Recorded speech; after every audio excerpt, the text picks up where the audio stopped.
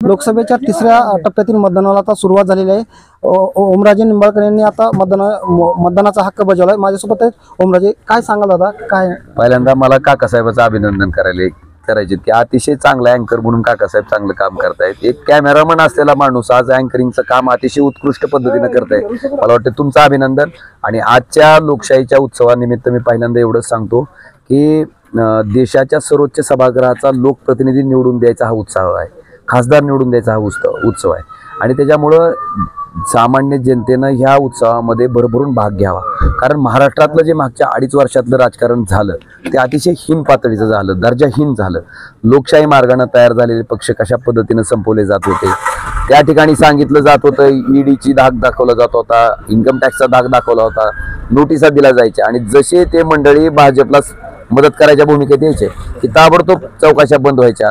काही लोकांवर तर 70 हजार कोटीच्या घोटाळ्याचे आरोप झाले आणि त्यांच्याच मंत्रिमंडळात ती लोक मंत्री म्हणून त्या ठिकाणी उपमुख्यमंत्री म्हणून आर्थिकमंत्री म्हणून काम करतायत।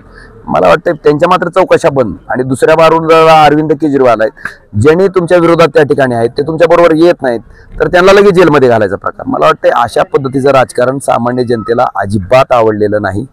जनतेच्या हिताचं काही केलं जात नाही। महागाई प्रचंड प्रमाणात वाढलेली आहे, बेरोजगारी प्रचंड प्रमाणात वाढलेली आहे।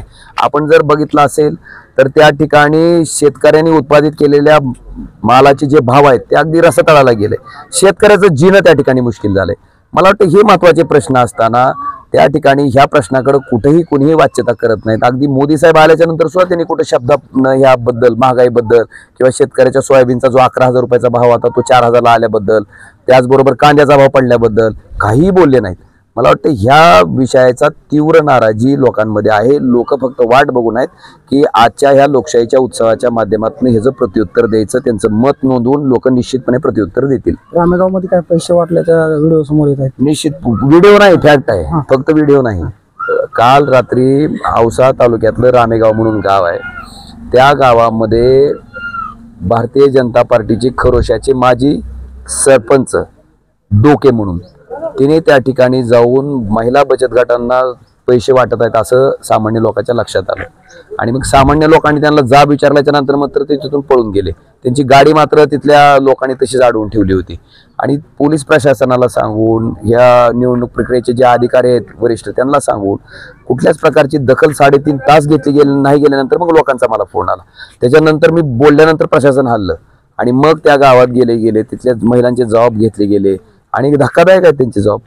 अक्षरशः पुढच्या प्रतिस्पर्धी उमेदवाराचं चिन्ह सांगितलं जातंय, महायुतीचे जे उमेदवार आहेत त्यांचं चिन्ह सांगितलं जातंय, 400 रुपये दिले जातात, त्यांना मतदान करा म्हणून सांगितलं जातंय, त्यांची पोलचेट दिली जाते। आता ह्याच्यापेक्षा आचारसंहितेचं काय उल्लंघन व्हायचं राहिलंय? मला वाटतं ह्या बाबीचा विचार आता सामान्य माणसं निश्चितपणे करतील।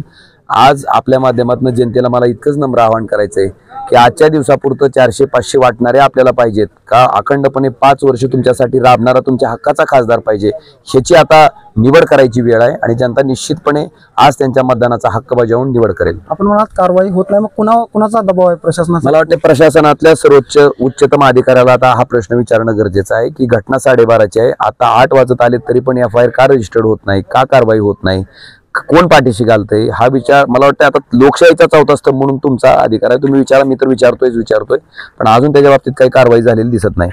तर हे होते ओमराजे निंबाळकर, ज्यांनी आता धनशक्ती विरुद्ध जनशक्ती असाच लढा असताना मतदानाचा हक्क बजावला आहे।